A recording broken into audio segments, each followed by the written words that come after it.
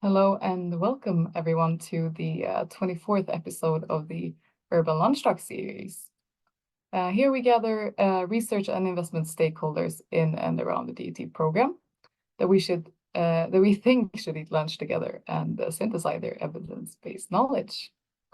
I'm Jennifer and I work with communications for the Driving Urban Transitions Partnership, and I have the pleasure of hosting today's webinar.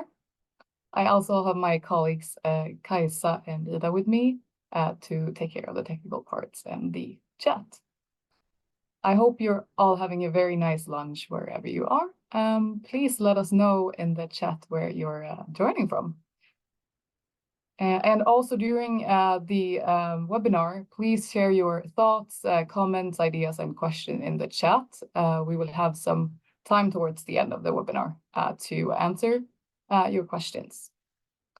And also, please note that this webinar is recorded and will also be published on the Driving Urban Transitions YouTube channel afterwards.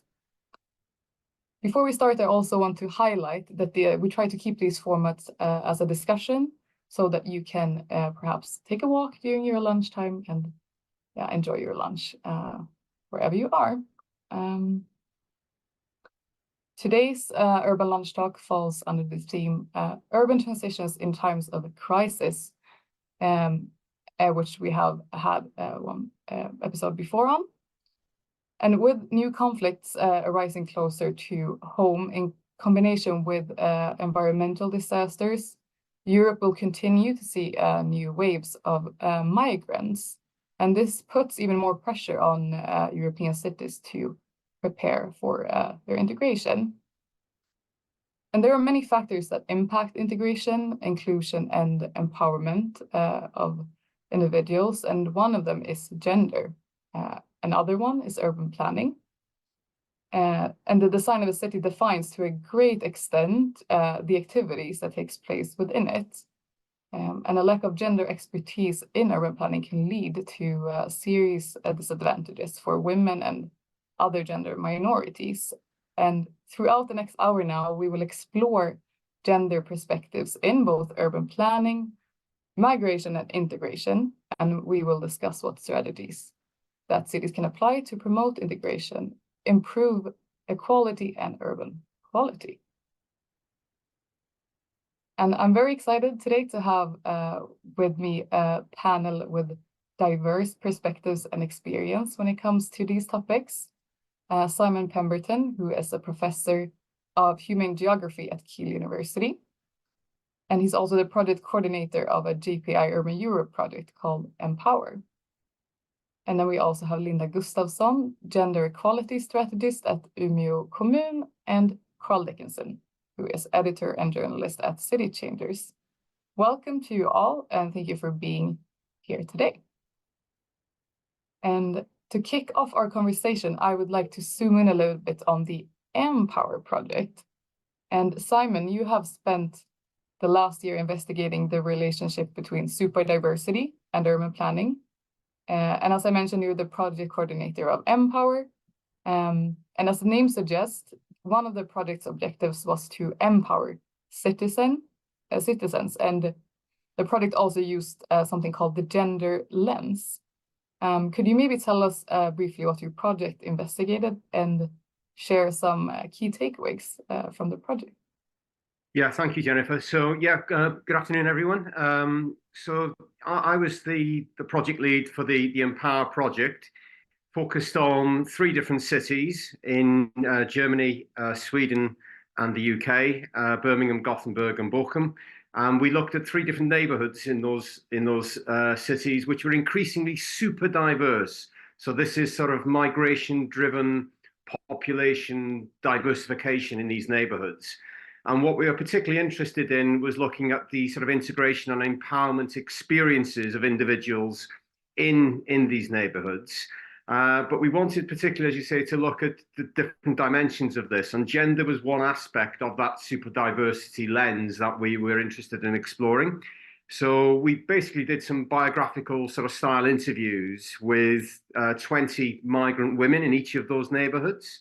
And that was really important. But we also followed that up with a broader survey of all residents in the neighbourhood, to basically try and sort of develop sort of a sort of a gender mainstream approach, which allows it to look at the sort of potential sort of responses of migrant women compared to the rest. And I think that's reflective of some studies in migration studies where, you know, on the one hand, we have this complete ignorance of gender in sort of migration studies, and then we went sort of to the complete opposite end of the scale. And then, as you say, what we tried to do was to sort of bring that sort of balance to try and sort of understand what some of these issues might be. And in particular, what we did was we sort of tried to empower migrant women in the process. So we put together a training package where we recruited and trained migrant women who lived in the neighborhoods that we were investigating. And we sort of involved them in the research process itself. So we used a number of individuals to go out and speak to other migrant women about their experiences of sort of integration and empowerment in these three neighborhoods. And that was quite interesting. It worked quite well. I'm happy to sort of talk a little bit sort of further about that.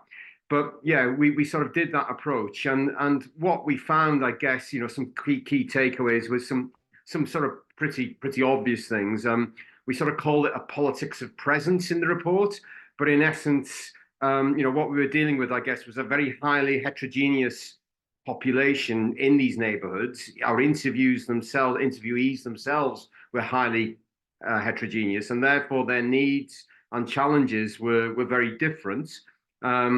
And what we identified, I guess, was that, you know, quite often migrant women were invisible in sort of discourses around sort of planning and integration.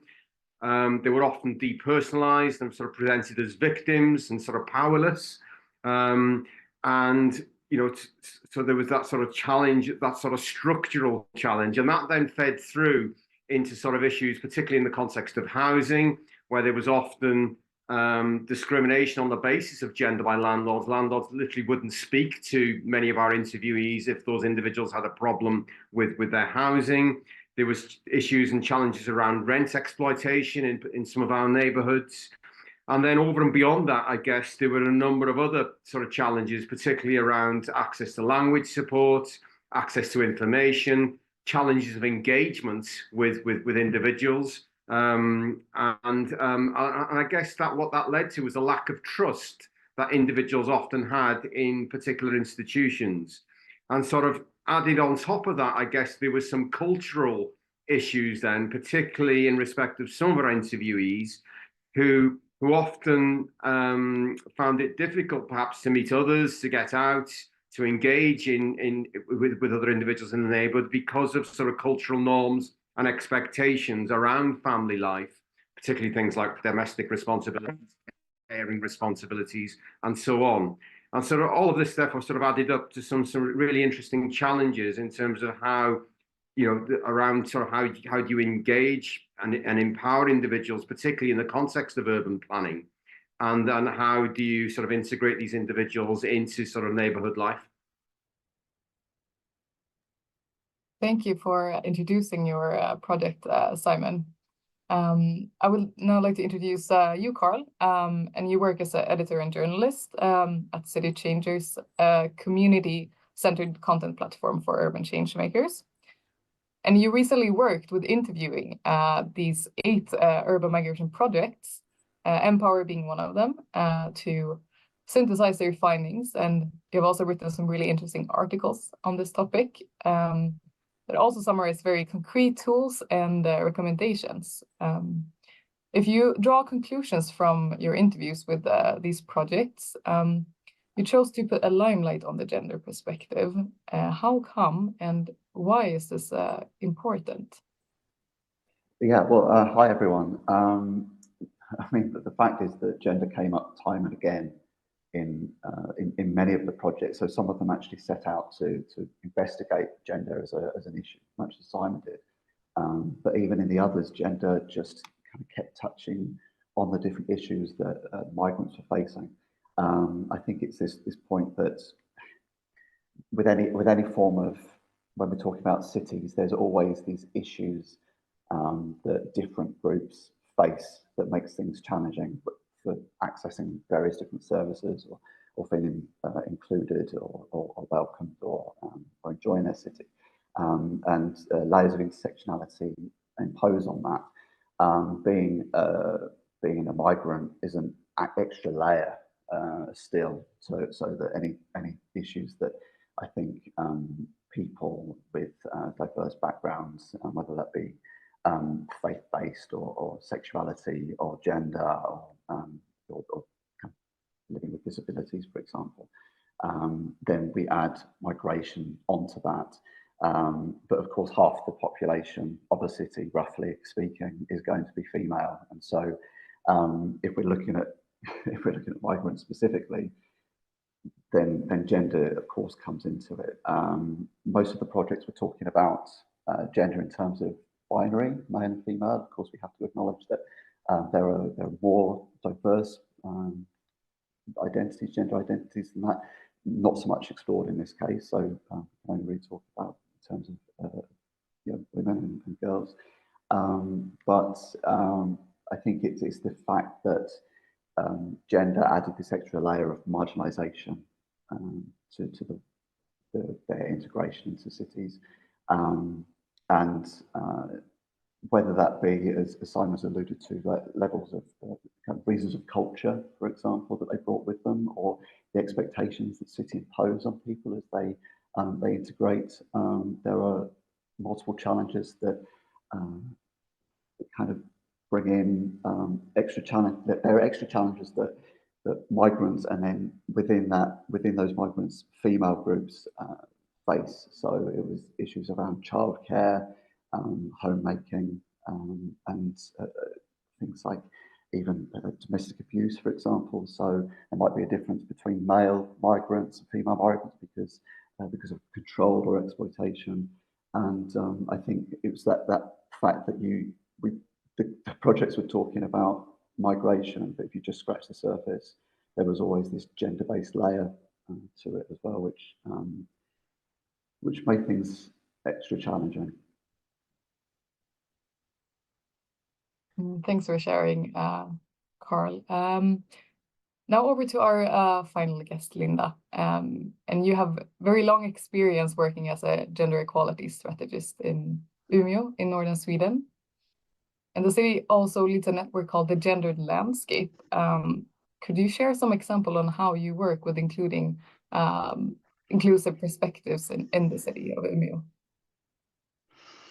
Well, what we try to do is try to include an understanding of power structures, and as Simon and Karl has both sort of touched upon, there are different power structures that are always present in our cities. What we do when we talk about what we then call the gender Umeå as a gendered city or as a gendered landscape is this creating this understanding that gendered power structures also then intersecting with other power structures are always in place in our city. It's sort of bouncing between the walls of our cities in many ways, and going from that understanding and then seeing, like, and that has to do with, I agree, or I recognize a lot of the things that Simon mentioned about the findings that they've found in their project, but also this, who feels access to the city, who feels a sense of belonging, who feels like they have the right to take up space, who has the power to allow that to happen.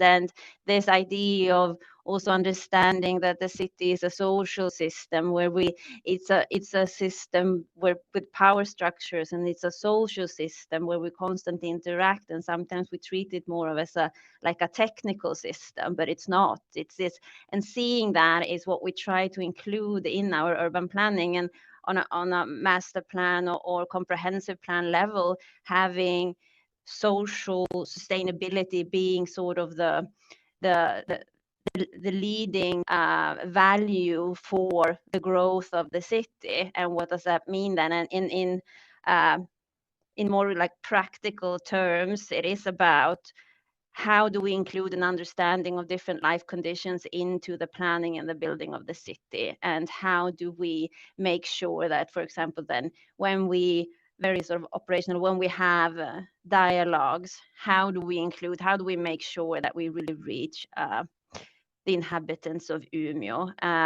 But I think that for me, working with then specifically gender equality in relation to urban planning, the sort of the key point is really understanding power structures and how they are existing in our city, and understanding how the physical structure of the city creates the possibilities to either cement those power structures or to challenge and hopefully sort of change them or break them. So sort of integrating the physical sort of structure of the city with an understanding of how we live our lives. Thank you, Linda. Thank you all for these introductions from your experiences. Now I would like to open up the discussion to all of you and zoom in on what the major barriers that migrants face in terms of integrations. And do you see that there's any additional barriers that female migrants encounter specifically?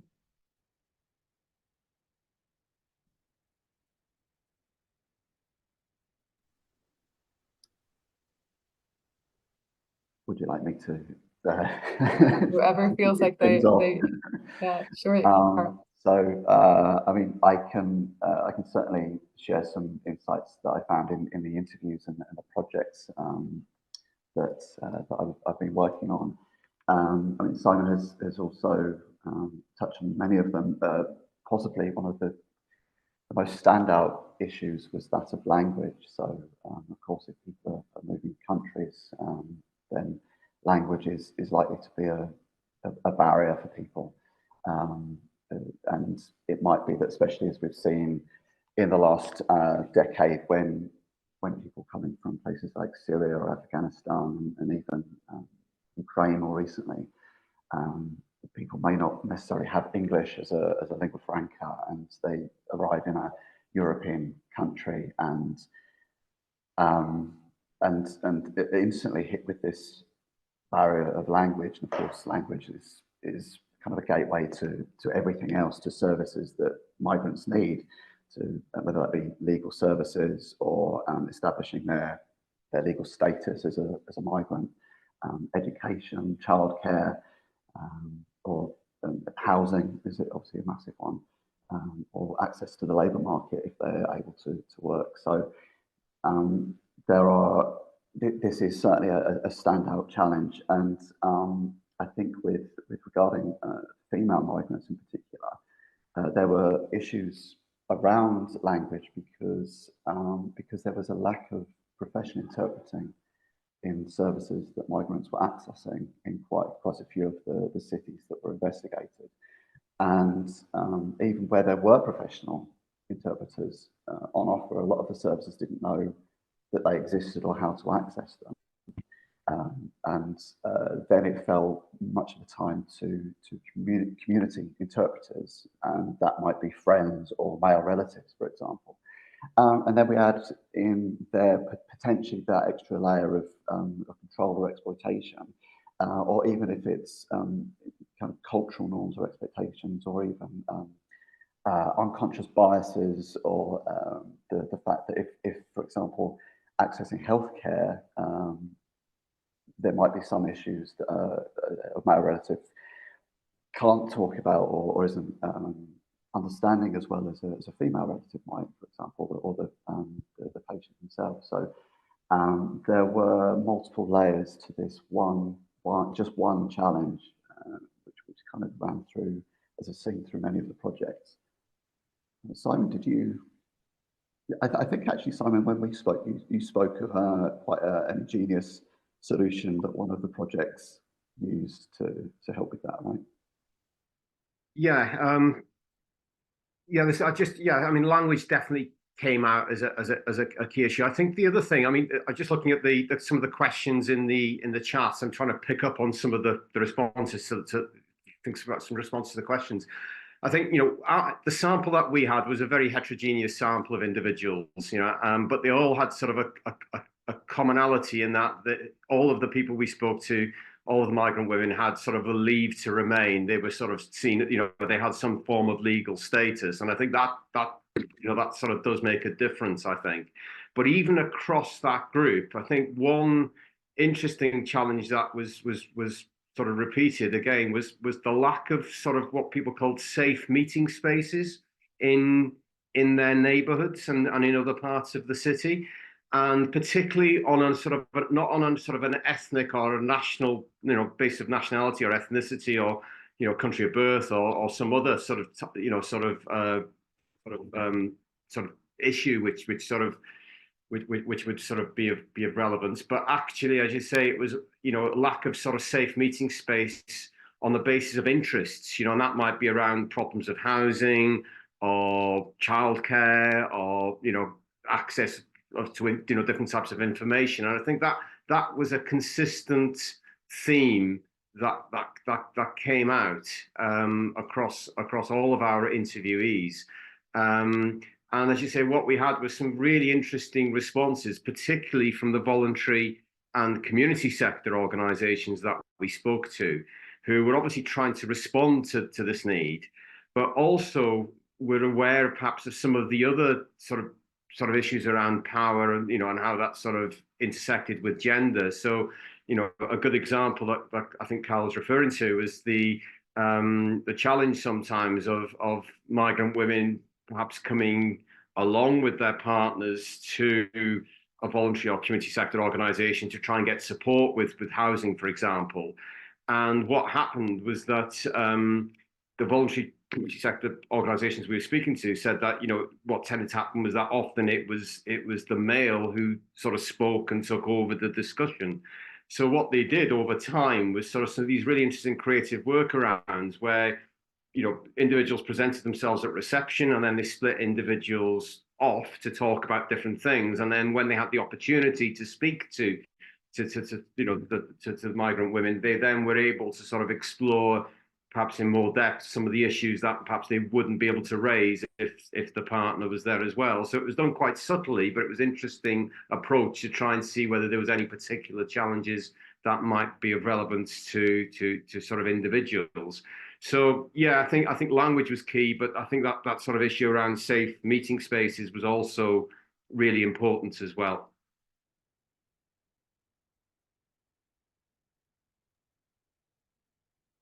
Yeah, I think we already touched on a next question here. What can we really do to then support the arrival and integration processes in urban areas? And I've also seen in some of these research projects coming out the importance of the voluntary and community sector. What would you say their role is and in supporting integration processes, and are they important in this regard? Yeah, maybe if I could just come back in just initially on Jennifer. I think, yeah, the voluntary community sector was really interesting because what was happening was that they were sort of filling the gaps. People were falling through cracks quite often, and I think this is really relevant to urban planning, because when you think about how you plan the city, it's an integrated process, and it's not just about planners. It's also about people involved with social services, people involved with supporting migrants.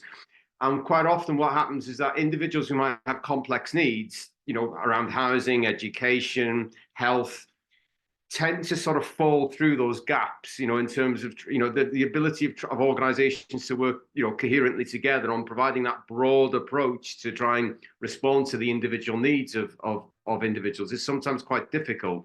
And the voluntary community sector were really quite flexible in that respect. They were very good at joining different services and different organizations up to try and meet some of these needs. And I think what came out, I guess, in particular was, we were trying to sort of understand the extent to which individuals were getting engaged or being empowered through sort of urban planning.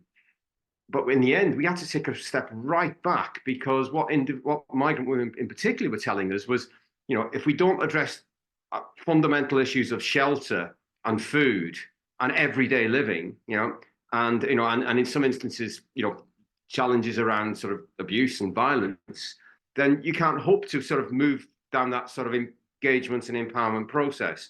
So that was definitely a role that the voluntary community sector were playing, meeting those everyday needs, joining up services, connecting, different people together. That was really, really important. Yeah. And I think that was one of the key findings that came out from our study.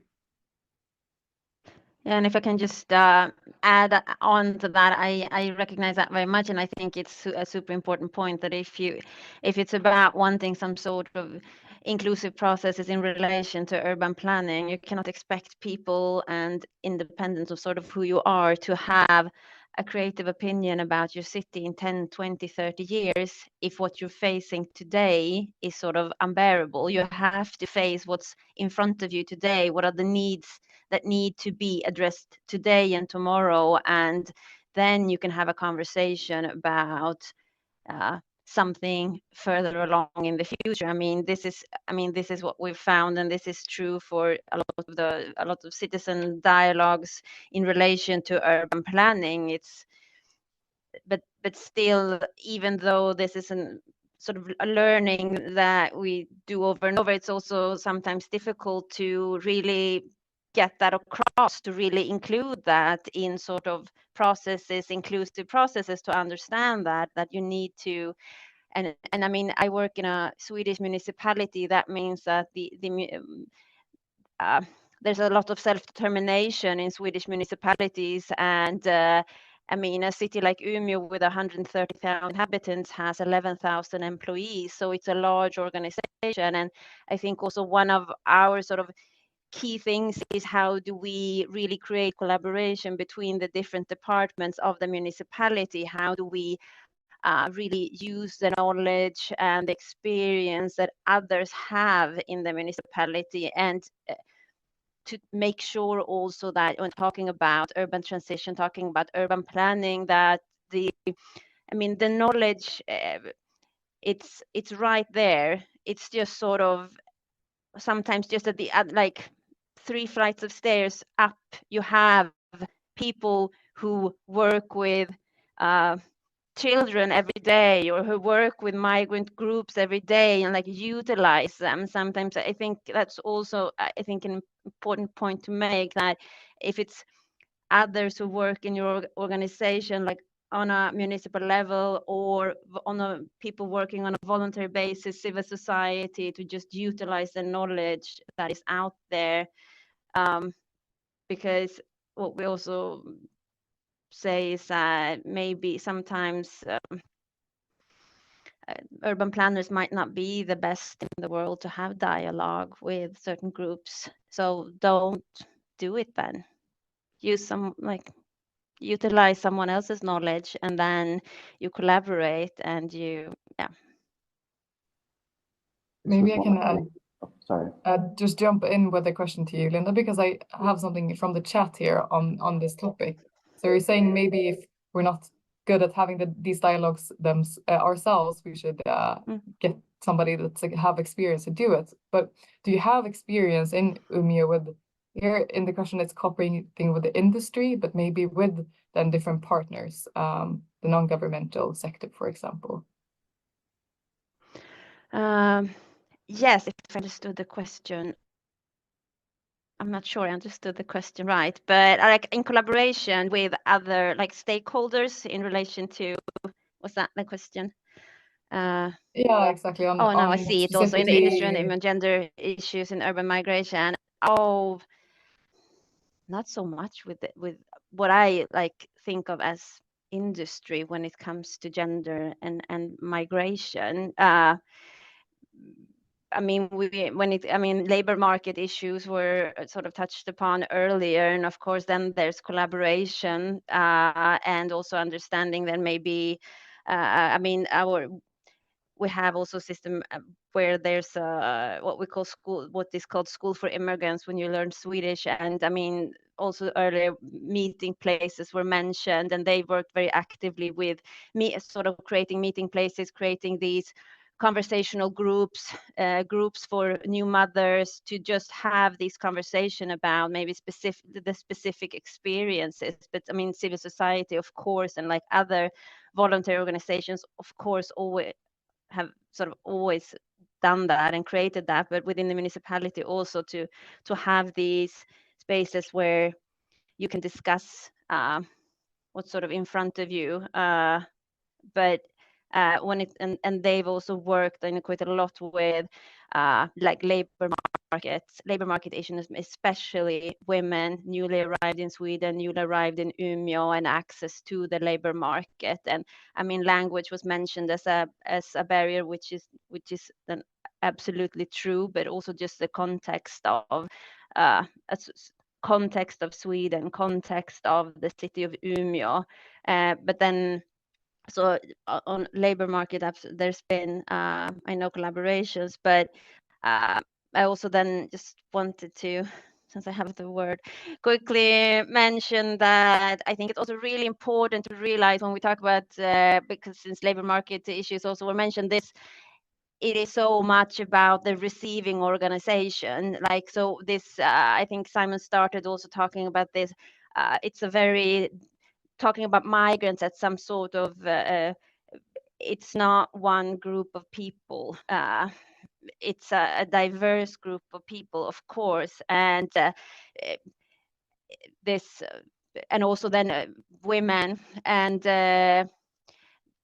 with a lot of access to different types of knowledge, and just not but it's about it is so important to think about, like, who is the norm, who is the receiving organization, who is the one, so it doesn't also just become about the if we're talking about migrant women, that they have to do something. I mean, it's about also the ones that are receiving, how do we challenge our own structures within, for example, receiving organization, if we talk about labor market, or when we talk about our planning processes, how do we change them so that they fit the inhabitants of our city? Yeah.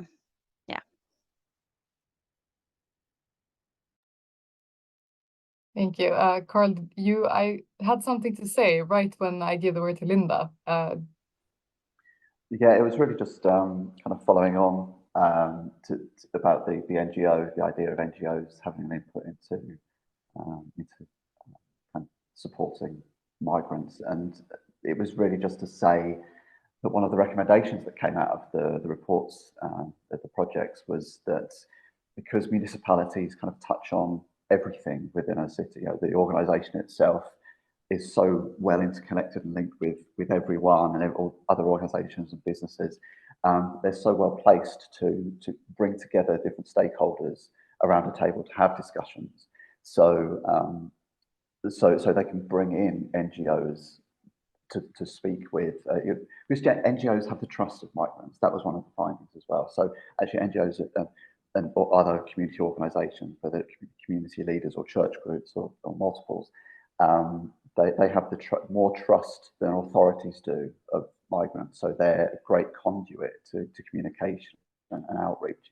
And they need to be part of the discussion. So if we're talking about urban planning, or if we talk about policy writing, or architecture, or anything else, education, then basically NGOs should be part of that conversation, and they should be treated with kind of as equals as well. That their input and their knowledge, their experiential knowledge of working with migrants should be factored in. And I think what some of the projects found was that I don't want to use the word exploited so freely, but the fact that they could be relied on to do things for migrants because they were in this position, this almost privileged position of working with migrants. And so municipalities would almost kind of push the responsibility to them without taking any form of responsibility for themselves, whether that even in terms of funding those groups who are doing a service that maybe a lot of us might think that cities themselves should be doing. And when they were funding it, they were almost putting their own targets or their own responsibilities onto the shoulders of the NGOs, who then had to kind of report back on that. And so the recommendation that was coming out quite in a few of the projects was that actually let's just have that dialogue, but on an even keel, so that all the different agents supporting migrants can have an input, and as Linda was saying, for migrants themselves to be part of that discussion, I think. Jennifer, can I just add just one further point? I think you mentioned barriers, and again, I'm just trying to keep an eye on the chats as well and the questions. I think, from a gender perspective, I think what came out really was the importance of the offer of housing security in the neighbourhoods, the economic stability, safety and security. Basic necessities around food. These citizenship was another thing. If you've got these types of things in place, and particularly if you're a migrant woman who's experiencing perhaps some challenges in terms of having arrived in one of these areas, then those types of things I think can be really useful, really helpful, almost the building blocks that allow you then to move forward. And I think if you're thinking about what urban planning could do, let's look at the availability of different types of housing. Let's look at the the issues around economic stability and sort of everyday necessities, and how we sort of address that, and how do we bring in and sort of recognize, I guess, the differing issues and different challenges that citizenship might break, and sort of might make, and might have fundamentally have on people's experiences in the city. And I think that's really important. And I just link, I think it's one of the points, just links that point. Then I think there's another question then. Well, what do we do in terms of, do we plan for integration or do we plan for difference? And I think the interesting issue that super diversity, somebody's asked me to explain super diversity. Super diversity is intersectionality, but place-based in many respects. It looks at the importance of context and place. But if we think about that, certain differences are more important than others when we start thinking about maybe some of the challenges that migrant women are facing. And therefore, I think the job and the role for planners is to recognize perhaps what some of those differences are, and then to start trying to plan on the basis of those differences. So I think that's an interesting, it's an interesting way to think about it. But yeah, what came out from our interviewees was, the basic building blocks around economic stability, housing security, food, and sort of how that connected with issues around citizenship was really important.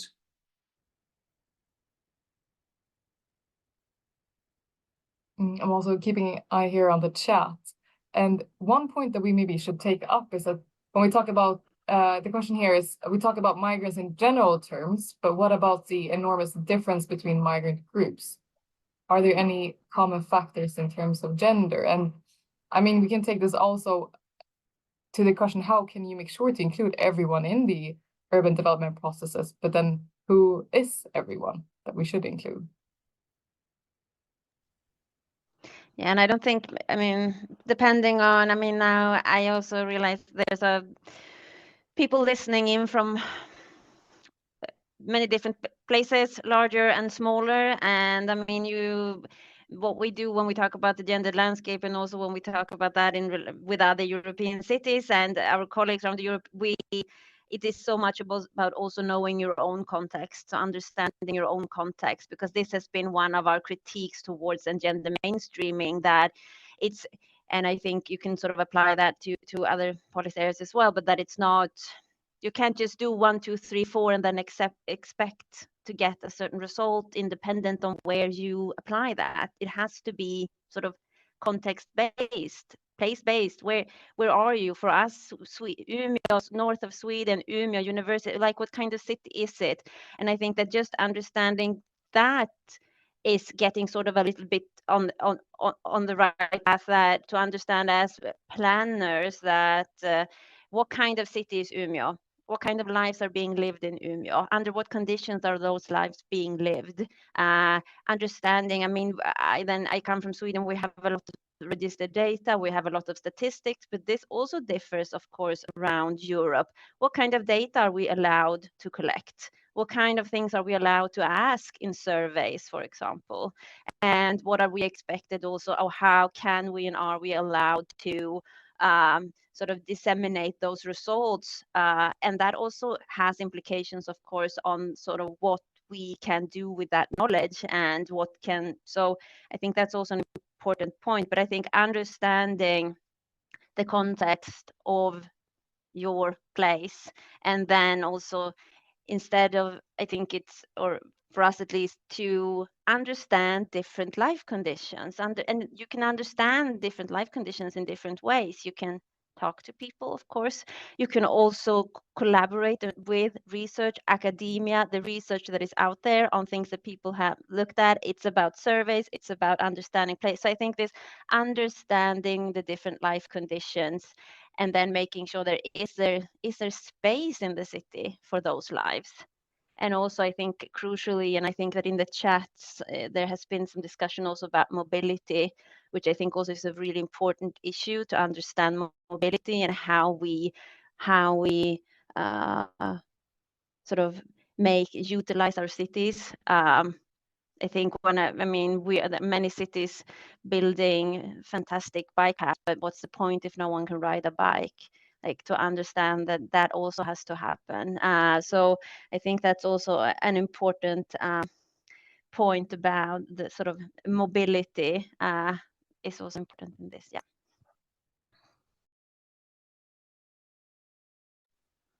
Maybe I can add to that a bit. I think to go back to the original question, we're talking in terms of female migrants, and I think, but that term itself is quite loaded. Both words are quite loaded when we're talking about gendered city and migration. I think that, as I kind of wanted to say before, is that gender isn't binary, and so you also need to take into consideration other identities. But by saying female and by saying migrant, we are kind of making everyone homogenous almost, which is dangerous in itself. And I think that's why it's so important to include people in the discussions about the issues that affect them and about the services that affect them. I think from my day-to-day dealings working with or interviewing people that work in the city, it's increasingly clear that cities are built for men, by men, and things might be changing, but not fast enough and not at a big enough scale. And I think it still comes as a surprise to a lot of people to learn that the experiences of women and female migrants, as it will be, are different to those that men will experience and those that design cities. So we need to have a lot more representation, and that doesn't just mean in the professional sense, but also in the citizen sense as well. But within migrant groups, the person who asked that question was absolutely right, because projects highlighted this, and the fact that when the war in Ukraine started and there was an influx, I think that it was something like a movement of 8 million people, a majority of which were women, and most of the rest were children, hardly any men. There was a movement by Europe to actually kind of welcome them with open arms, and they really expedited responses, even to the point of allowing people to open their homes and kind of fund them in order to do this. And in the project, so this was highlighted as a very different response to what happened when people were leaving Syria a few years before. And this idea that even amongst migrant groups, there's a sense of otherness. And even those who were leaving Ukraine, to go a little bit more granular, there was the Ukrainians themselves and the white Ukrainians, but then there was other people who were migrants in Ukraine as well, who were also trying to leave, who were struggling because Europe hadn't kind of thought of how to respond to for example, people on student visas who might be coming from places like India, for example. So there's absolutely a difference in the way that cities are responding. But it should also possibly be said at this point, cities are shown to be quite responsive to the needs of the people who arrive in them, much more than policies at a national level tends to be, because they're the ones that are kind of engaging with people and understand their needs. And when I think one of the projects called it co-presence, if you're living alongside people who are migrants, then it's much harder to ignore their needs than it is if you're sitting in a national assembly and making policy.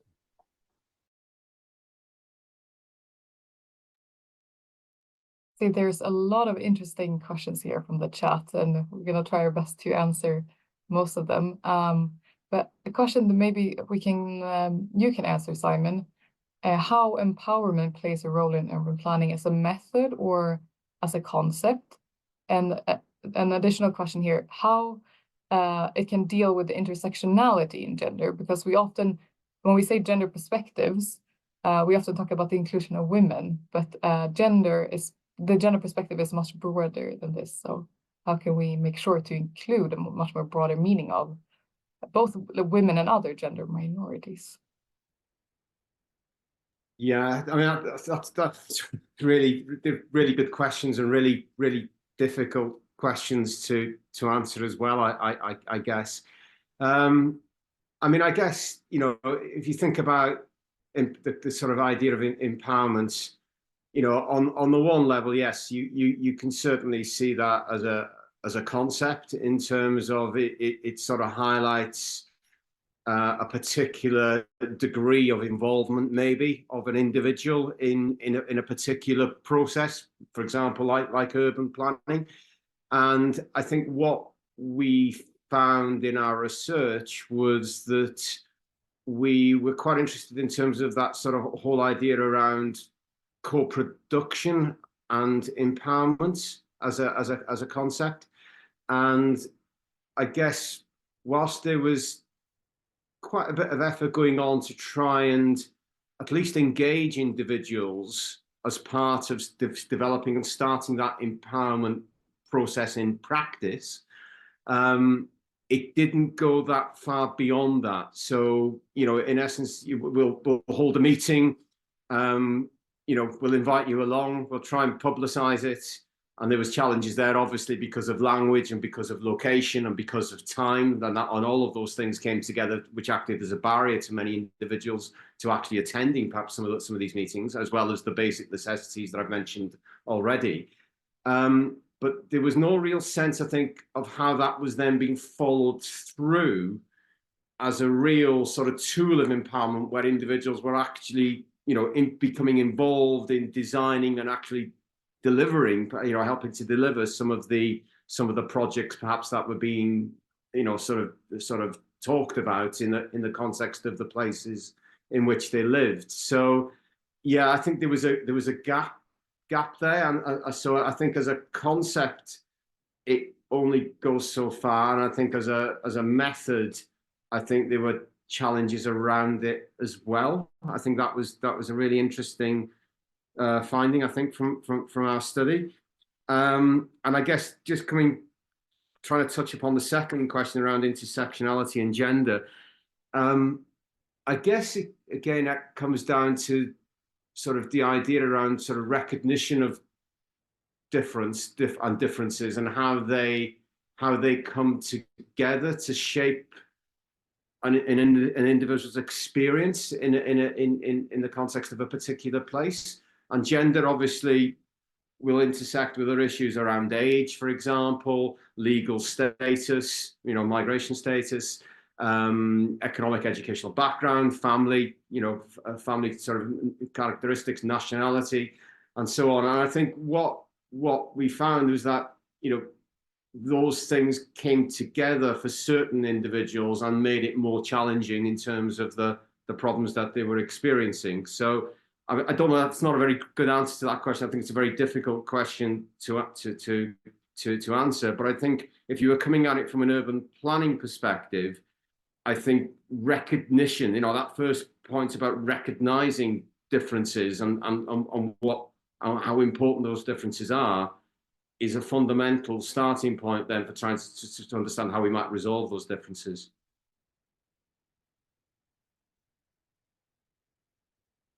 So somebody's asked me about the Arnstein ladder of participation. I think we're sort of talking quite low down that ladder, actually, in terms of where we got to.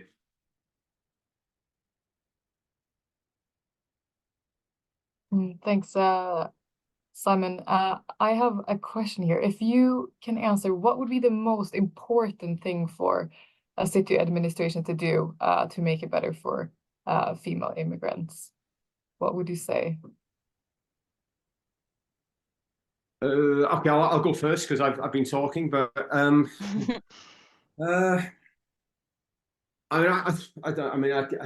is there one thing? I don't know. I mean, arrival is really important, I think, and I know there's lots and lots of work that's going on around sort of the importance of arrival infrastructures, we call them. You know, what happens when individuals land in a particular place, and I think that initial reception is really important in terms of highlighting what types of resources might be available, where individuals can go for support, what type of information is presented to them, because it then sets everything else in process moving forward. So I think for me, that initial phase of arrival is really important in terms of what then happens subsequently. So I'd probably start with that.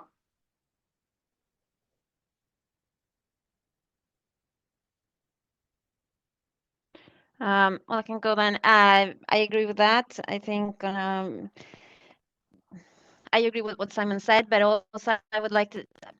I think it's also about making the sort of thought experiment in saying, like, how will we do this process if migrant women were the norm? What will be the process then?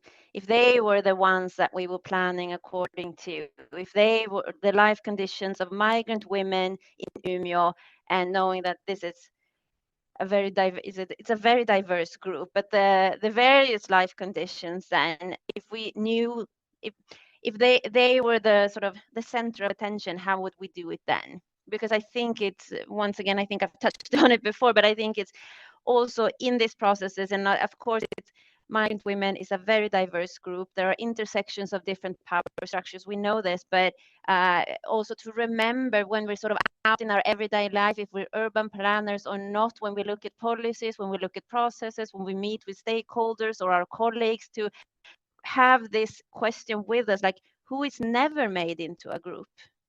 Like, who is never highlighted as a group? And we know that. We know who are the ones that are always seen as individuals and not made into a group, vulnerable or not. And just because then we're highlighting the norm. And when we highlight the norm, then we can look at, okay, so why are our processes taking this and this and this and this for granted, and how can we challenge that? Because I think it's on two levels. I think what Simon mentioned, like, how can we, what is the most important thing that we can do when it comes to migrant women? Then it's also about, you know, how do we change what we do? Will we do different tomorrow? But then it's the other thing that's about, how do we change our processes? How do we change how we think about our city and urban planning? And I mean, there's been discussion this on empowerment, and I think here it's also important when we talk about urban planning, like, what is about the place and what is about, like, is when we, I mean, we've done specific projects aimed at young women, for example, working what we call inclusion through exclusion. So excluding a lot of people to include a smaller group in our citizen dialogue. And then some of the questions that we discussed there was, is this project that has to do with a park in sort of the center of Umeå, is it about the place or is it about the girls? So who is the focus of this work? Like, is it about empowerment of these young women, or is it about how we develop our city? And the truth is, it's a little bit of both, probably. But I think those are also questions that you need to sort of keep with you. This isn't, it's about groups in the city of people, but it's also, it's about our city and how we're gonna live together in our city, and how that city is going to develop, and how that city is going to be climate neutral, and how those are also sort of issues on the table when we talk about, so when we talk about this.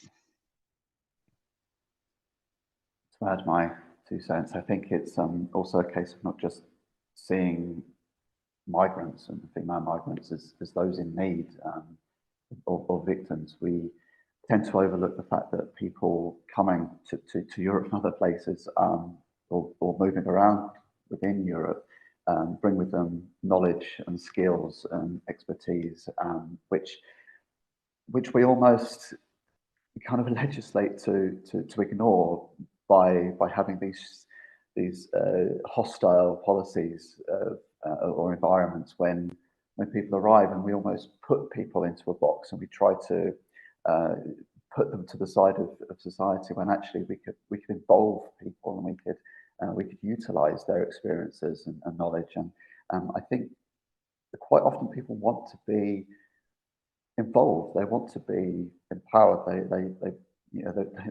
people don't want to be stand out as others. There was one project that actually one community, I think maybe it was in Paris, that was talking about how the one thing that connected everyone, and was this one of yours, Simon? It was, I think it's a super diverse community. The one thing that connected them was the fact that everyone was different. And that's such a lovely kind of way of looking at things. If I don't stand out because I'm unique like everyone else. And I think people do want to contribute to society and do want to kind of utilize their skills and be part of the cities that they arrive in. But quite often policy stands in their way, and so maybe we can just be a bit more open. Maybe we can allow people to work who in the past we've not allowed to, and maybe we can allow people access to language courses rather than leaving it up to sometimes the community to support people. The community does rally around to support each other. We know this, and I don't mean just the migrant community, but communities in general. So I think sometimes it's this case of just not seeing migrants and migrant women as victims, but actually as people that we have chance to learn from as well. Just to jump in on what Karl said, and Linda, just responding to that, I think it was really interesting that some of our respondents were highlighting that the sort of staffing structures of organisations, who were there arguably to provide support, but not necessarily reflective of the populations of that neighbourhood and that city as a whole. And of course, then you're back to Linda's point, how on earth can you expect to sort of start planning in a different way if, you haven't necessarily got that reflection in the organisations that are, trying to sort of deliver on the ground. So yeah, that was a really good point that came out. Actually, people were sort of talking about recruitment, and even recruitment and selection panels were not, necessarily reflective of if they were sort of trying, if organisations were trying to employ somebody, were not necessarily reflective of the neighbourhoods and communities that they were serving. So yeah, that's another thing I think that we perhaps need to look at. That's some really interesting perspectives, and I see that time is running out quickly. Before we end, I would like you just to share very shortly one do and don't when it comes to creating inclusive urban spaces. And let's start with you, Linda. No, I was hoping I'd go last. Well, do include and understand different life conditions, and don't think that you have all the answers. Thank you. Maybe Simon? Yeah, I do, and it sounds simplistic. Do have go-to empowerment structures, and don't have come-to empowerment structures. You've got to get out there. My do is look at what other cities are doing and see if you can replicate them in your local area, but don't think that it's a one-size-fits-all solution. You have to adopt it to the local conditions. Thank you. Really good tips there. And thank you all for your time and participation today. We got a lot of questions, and we didn't have time to go through them all. But thank you for your engagement. It's been very exciting to discuss with you today. And you will find the recording on our YouTube channel afterwards. That will be also shared on our LinkedIn. So to get our latest news, you can go and follow us there, or sign up to our newsletter.